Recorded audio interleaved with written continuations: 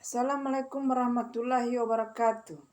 Selamat pagi anak-anak, apa kabar hari ini?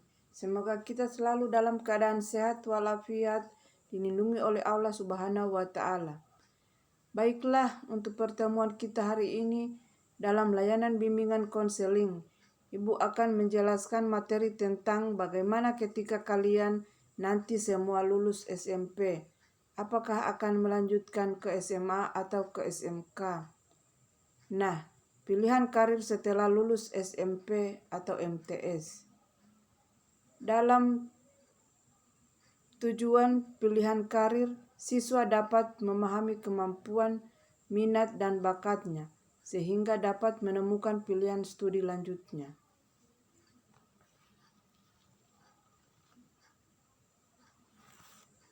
Kita awali dengan ice breaking.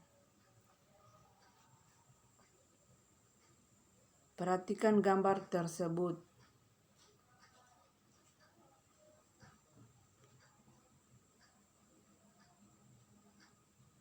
Jawabannya tergantung persepsi masing-masing. Selanjutnya, sekolah menjadi tempat untuk mengembangkan kapasitas intelektual, sosial, dan kejuruan atau karir. Selain itu, berpengaruh besar dalam perkembangan remaja. Siswa mendapat pengetahuan yang benar dan tepat mengenai perubahan fisik dan psikologis, serta membantu memahami tugas-tugas perkembangan. Banyak pilihan sekolah setelah lulus SMP atau MTS. Untuk itu, perlu memahami sekolah lanjutan, peminatan atau jurusannya, agar dapat menentukan pilihan karir yang tepat. Nah, untuk menentukan jurusan atau sekolah lanjutan, itu berkaitan dengan bimbingan konseling karir. Nah, di sini ada skema karir SMP. Setelah kalian lulus dari SMP, bisa melanjutkan ke SMA atau madrasah aliyah. Nah, setelah lulus SMA ke perguruan tinggi, bisa juga mengikuti kursus atau training. Kelanjutannya dunia kerja atau dunia usaha. Nah, setelah SMP bisa juga masuk ke SMK atau MAK. Kelanjutannya bisa ke perguruan tinggi dan bekerja, kursus atau training, dan wirausaha. Nah, kelanjutannya juga bisa dunia kerja dan dunia usaha. Nah, setelah SMP juga bisa kalian mengikuti kursus. Di kursus kelanjutannya bisa langsung bekerja dan kelanjutannya dunia kerja.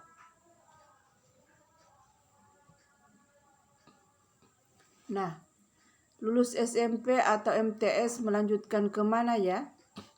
Beberapa pilihan sekolah setelah lulus dari SMP atau MTS, yaitu pendidikan menengah umum.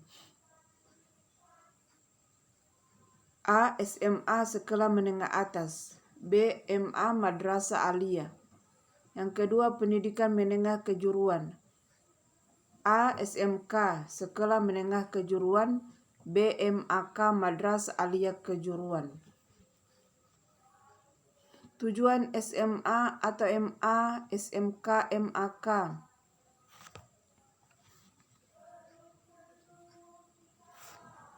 SMA mempersiapkan peserta didik dengan memberikan ilmu pengetahuan untuk melanjutkan pada jenjang yang lebih tinggi, untuk mengembangkan diri sejalan dengan perkembangan ilmu pengetahuan. B. Meningkatkan kemampuan siswa sesuai dengan minat dan bakatnya, sebagai bekal dalam pengadaan hubungan timbal balik dengan lingkungan sosial, budaya, dan alam semesta. Nah, selanjutnya SMK atau MAK. A. Mempersiapkan peserta didik menjadi manusia produktif, mampu bekerja mandiri, mengisi lowongan pekerjaan yang ada di dunia usaha, industri sebagai tenaga kerja tingkat menengah sesuai kompetensi dalam program keahlian yang dipilih. B. Membekali peserta didik agar mampu memilih karir, ulet dan gigih dalam berkompetensi, beradaptasi di lingkungan kerja, dan mengembangkan sikap profesional dalam bidang keahlian yang diminatinya. C. Membekali peserta didik dengan ilmu pengetahuan, teknologi, dan seni agar mampu mengembangkan diri di kemudian hari, baik secara mandiri maupun melalui jenjang pendidikan yang lebih tinggi. Selanjutnya, kursus. Satuan pendidikan luar sekolah yang menyediakan berbagai jenis pengetahuan, keterampilan, dan sikap mental bagi warga belajar yang memerlukan bekal dalam mengembangkan diri, bekerja mencari nafkah, dan melanjutkan pendidikannya ke jenjang yang lebih tinggi.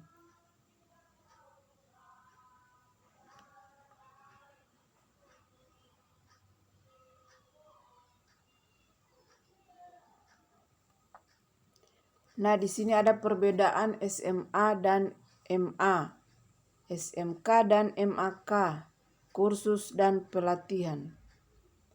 SMA dan MA, negeri maupun swasta,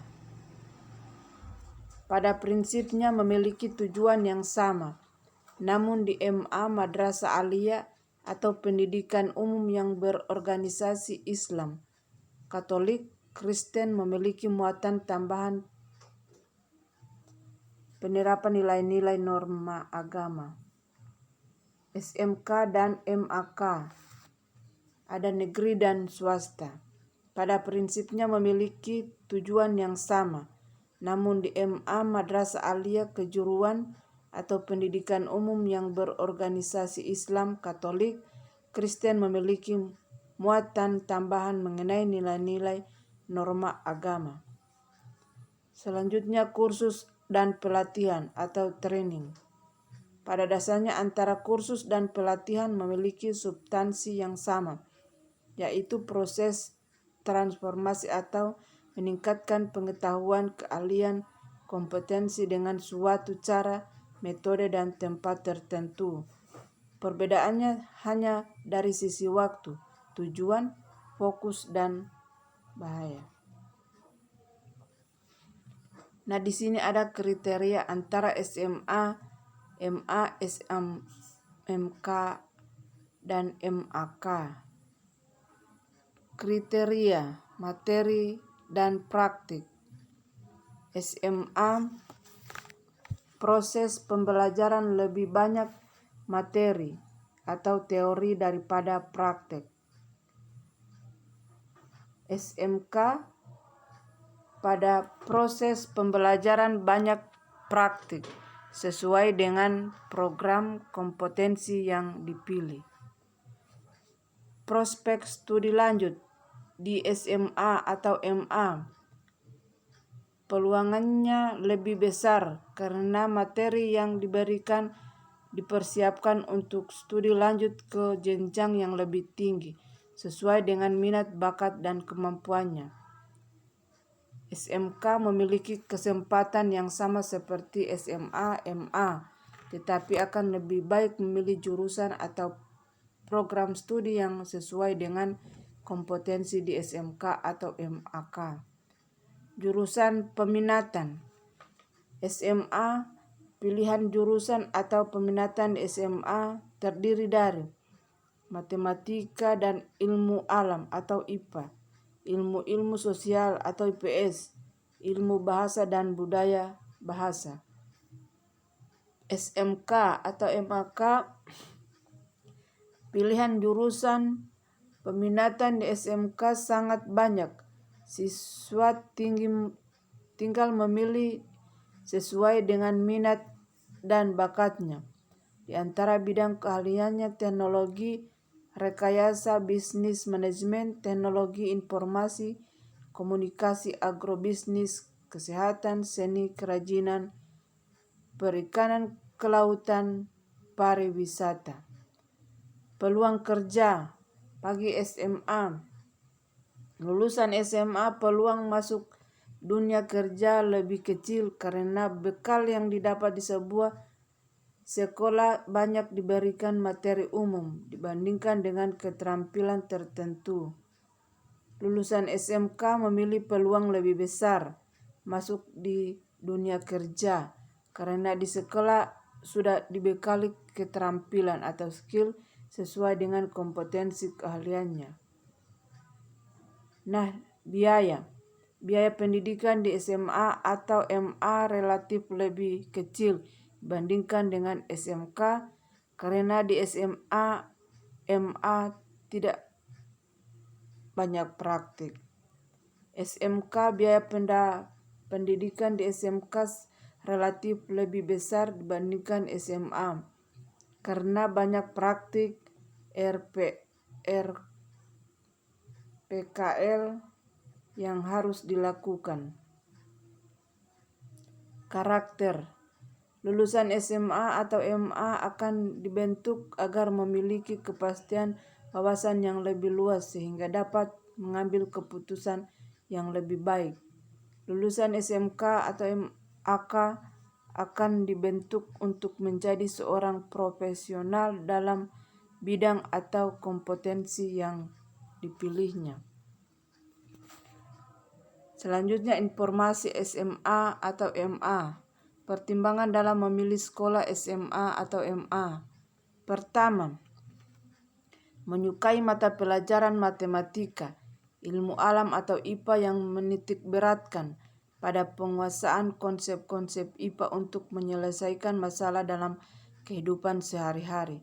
Yang kedua, menyukai mata pelajaran ilmu sosial atau IPS yang menitik beratkan pada keterampilan sosial seperti interaksi sosial dan adaptif terhadap lingkungan sosial. Ketiga, menyukai mata pelajaran bahasa yang menitik beratkan pada pengembangan keterampilan bahasa seperti menyusun karya tulis, dialog, dan sebagainya.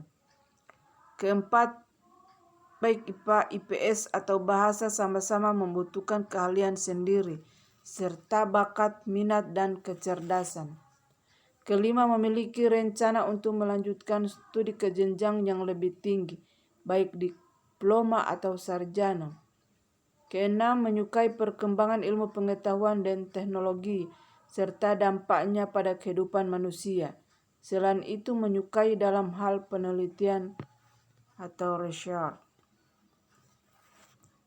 Pertimbangan dalam studi lanjut ke SMA atau MA. Yang pertama, cita-cita atau impian. Memiliki kelanjutan studi sebaiknya disesuaikan dengan cita-cita atau pekerjaan diinginkan karena hal ini akan menjadi motivasi tersendiri selama mengikuti studi. Yang kedua, minat dan bakat. Dalam memilih sekolah pun harus mempertimbangkan bakat dan minat karena memilih sekolah yang tidak sesuai dengan bakat dan minat akan membawa masalah seperti malas belajar. Yang ketiga, kemampuan akademik. Kemampuan akademik yang baik akan membantu Anda dalam memilih SMA atau MA yang tepat. Selain itu akan memberikan kelancaran dalam proses belajar selanjutnya. Yang keempat, kemampuan ekonomi orang tua. Sekolah membutuhkan biaya, baik untuk buku, seragam, peralatan, praktik, dan lain sebagainya. Pertimbangkan kemampuan ekonomi orang tua untuk kelancaran dalam proses pendidikan selanjutnya. Nah, mengenal boarding school. Istilah boarding school adalah sekolah berasrama atau pondok, di mana para murid mengikuti pendidikan reguler dan agama dari pagi hingga siang di sekolah, kemudian dilanjutkan dengan pendidikan agama yang menekankan pada praktik pendidikan agama untuk kesehariannya selama 24 jam. Anak didik berada di bawah pendidikan dan pengawasan para guru pembimbing. Lulusannya bukan hanya unggul dalam masalah pelajaran teknologi, sains atau pelajaran umum lainnya saja, tetapi juga unggul dalam hal akhlak, budi pekerti, dan pembentukan karakter. Keunggulan boarding school. Yang pertama, boarding school setidaknya memiliki strategi pembelajaran yang lebih modern dibandingkan dengan sekolah-sekolah formal yang seperti biasanya. Yang kedua, dalam sekolah yang berbasis asrama dididik untuk mandiri, meningkatkan keberanian peserta didik dalam mengambil resiko dan belajar dari kesalahan. Ketiga, biaya relatif mahal karena uang untuk mendapatkan fasilitas belajar yang utama serta fasilitas lainnya. Keempat, penguasaan bahasa. Siswa juga diajarkan menggunakan bahasa pengantar berupa bahasa Inggris, bahasa Arab di sejumlah mata pelajarannya. Yang kelima, aktivitas relatif terjamin. Selanjutnya, tips memilih sekolah SMA atau MA. Yang pertama, reputasi. Di sini biasanya tergantung dari kualitas lulusan, metode pengajaran Bapak Ibu guru, sarana belajar mengajar, serta fasilitas yang memadai.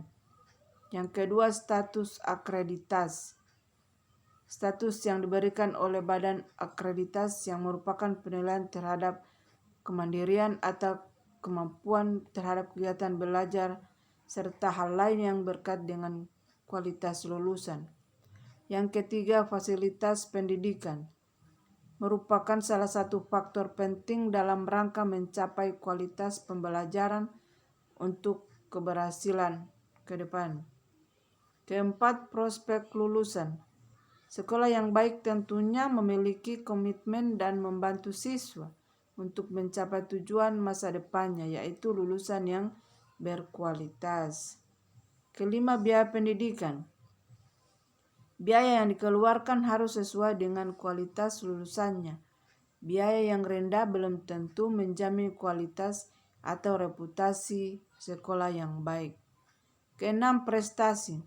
Sekolah yang memiliki banyak prestasi, baik prestasi akademik maupun non-akademik, menunjukkan suatu manajemen sekolah yang baik.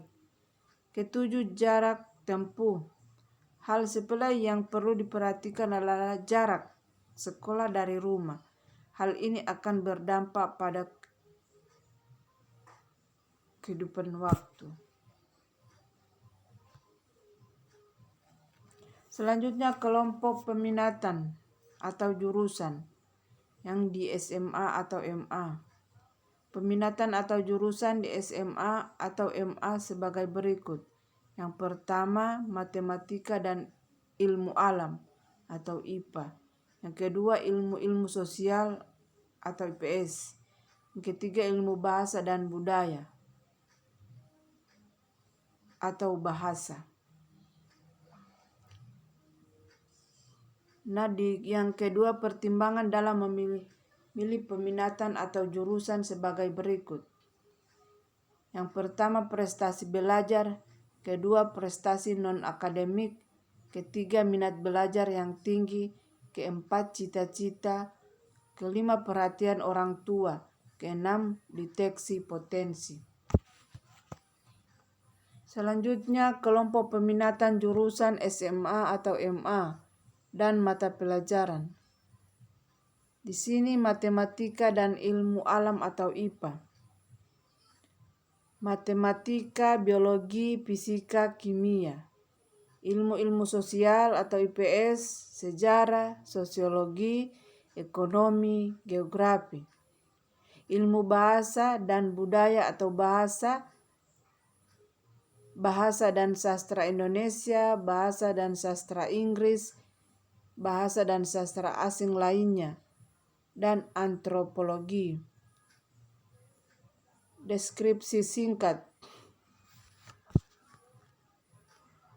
Kelompok peminatan matematika dan ilmu alam meliputi mata pelajaran matematika, fisika, kimia, dan biologi. Kelompok peminatan ini lebih banyak mempelajari pada penguasaan konsep-konsep ekstra untuk kepentingan menyelesaikan masalah dalam kehidupan sehari-hari. Fungsi yang lain adalah memberikan makna, pembekalan agar siswa tersebut dapat aturan kompetensi perkembangan ilmu alam dan teknologi bagi kepentingan kesejahteraan masyarakat. Dengan demikian, penilaian akademi lebih terfokus pada penguasaan konsep-konsep IPA dan keterampilannya dalam melakukan observasi, memahami atau menemukan konsep-konsep dalam bidang matematika dan ilmu alam. Selanjutnya di ilmu-ilmu sosial atau jurusan IPS. Deskripsi singkat. Kelompok peminatan sosial meliputi mata pelajaran sejarah, sosiologi dan antropologi, geografi dan ekonomi. Kelompok peminatan ini lebih banyak mempelajari kehidupan sosial serta dan penguasaan keterampilan dalam bidang ilmu sosial. Penelitian akademi lebih fokus pada keterampilan sosial dan ekonomi, seperti memahami sejarah, memahami konsep-konsep sosiologi, membuat peta interaksi sosial, perilaku terhadap lingkungan hidup sosial, kritis dan rasional terhadap berbagai tentang fenomena sosial budaya, membuat keputusan yang bertanggung jawab mengenai nilai-nilai sosial ekonomi dalam masyarakat yang majemuk. Selanjutnya jurusan ilmu bahasa atau budaya bahasa. Deskripsi singkatnya, kelompok peminatan bahasa meliputi mata pelajaran bahasa dan sastra Indonesia, bahasa dan sastra Inggris, dan bahasa asing lainnya. Untuk bahasa asing yang bisa dipilih di antaranya bahasa Arab, Jepang, atau Mandarin. Kelompok peminatan ini lebih banyak mempelajari bahasa dan lebih fokus pada pengembangan keterampilan bahasa, seperti membuat surat, menyusun karya tulis, memanfaatkan karya sastra untuk memperluas wawasan dan memperhalus budi pekerti, meningkatkan pengetahuan dan kemampuan belajar, dan mengerjakan instruksi lisan, dialog, berpidato, dan penerjemahan bahasa. Selain itu memiliki kemampuan bahasa dalam keterampilan mendengarkan, berbicara, membaca, dan menulis untuk berkomunikasi.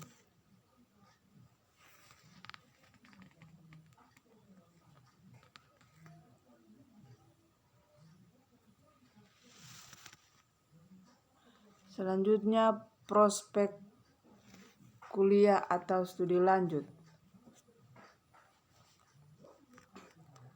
Nah, berikut beberapa program studi yang dapat dipilih di perguruan tinggi, di antaranya A. Bidang ilmu sains, B. Bidang ilmu teknik, C. Bidang ilmu kesehatan dan kedokteran, D. Bidang ilmu pertanian, kehutanan, dan perikanan, D. Bidang ilmu komputer, E. Bidang ilmu pendidikan.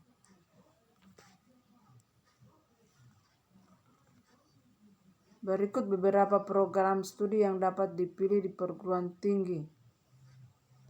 Bidang ilmu ekonomi, bidang ilmu sosial dan publik, bidang ilmu hukum, bidang ilmu sosiologi, fisiologi, filsafat, bidang ilmu pariwisata, bidang ilmu seni dan desain, bidang ilmu pendidikan.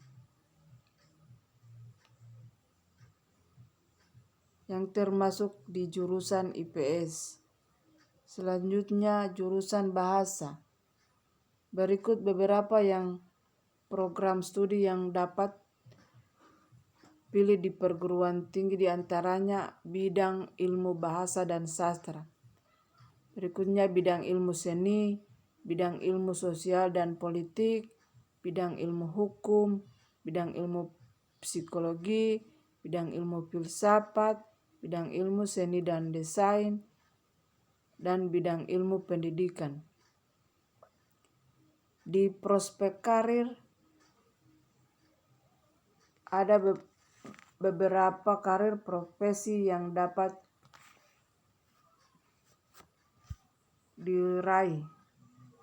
Yang pertama, ilmuwan, peneliti bidang IPA, kimia, fisika, matematika, biologi, guru atau dosen akademis, astronom, insinyur, teknik sipil, teknik industri, teknik mesin, teknik elektro, teknik geologi, geodasi, teknik penerbangan, teknik geofisika, teknik perkapalan, teknik perminyakan, dan teknik pertambangan dan sebagainya.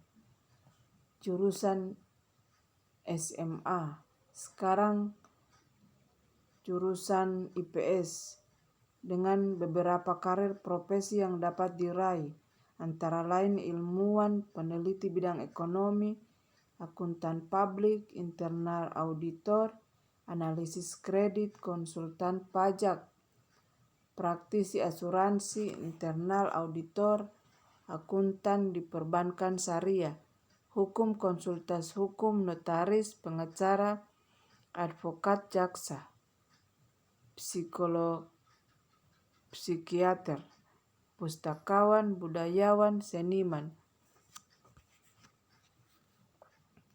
redaktur pada penerbitan atau koran, majalah atau buku, jurnalis pada penerbitan koran, majalah atau buku, biograf, administrator publik,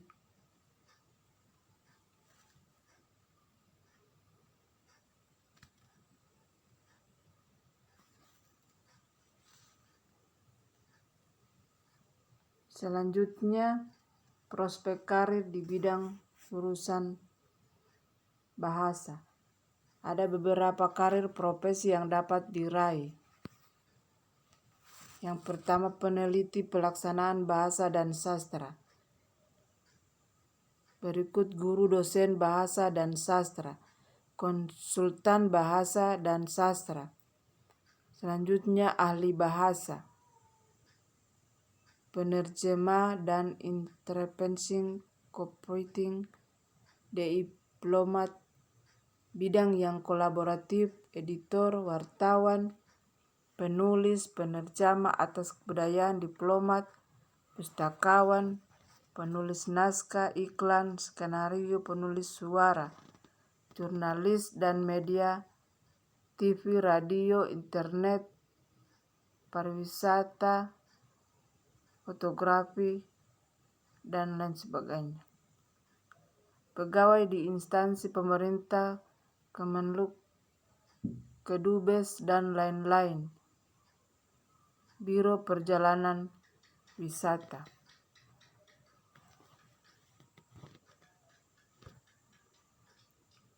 Selanjutnya, tips memilih peminatan di SMA atau MA.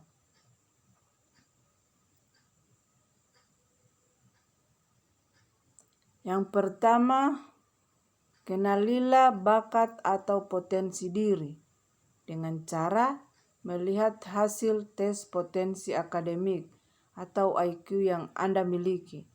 Kalau Anda ragu, tanyakanlah kepada psikolog atau konselor. Kedua, kenalilah minat Anda. Minat adalah atensi, ketertarikan pada sesuatu, tetapi harus rasional. Apa ketertarikan kita pada suatu pekerjaan, tetapi harus disesuaikan dengan kemampuan real Anda. Ketiga, buktikan secara real. Hal penting dalam penentuan pilihan peminatan adalah prestasi real Anda. Bakat, minat boleh kita komunikasikan dengan potensi real Anda. Keempat, konsultasi. Rajinlah konsultasi pada konselor, wali kelas, dan orang tua, karena peran mereka sangat penting dalam memilih peminatan. Kelima, daya tampung. Perlu mendapatkan informasi tentang kapasitas siswa setiap sekolah untuk mengantisipasi kompetensi jumlah calon siswa yang banyak. Keenam, doa dan bersyukur. Untuk memperoleh hasil yang baik serta mendapat bimbingan dari Allah Subhanahu wa Ta'ala, Tuhan yang Maha Esa, maka lakukanlah selalu doa dan bersyukur.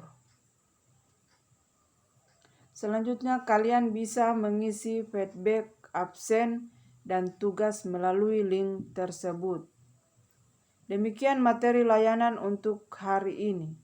Tetap semangat meskipun belajar dari rumah ya. Jangan lupa pesan ibu. 3M, memakai masker, mencuci tangan, menjaga jarak. Sampai bertemu di materi selanjutnya. Assalamualaikum warahmatullahi wabarakatuh.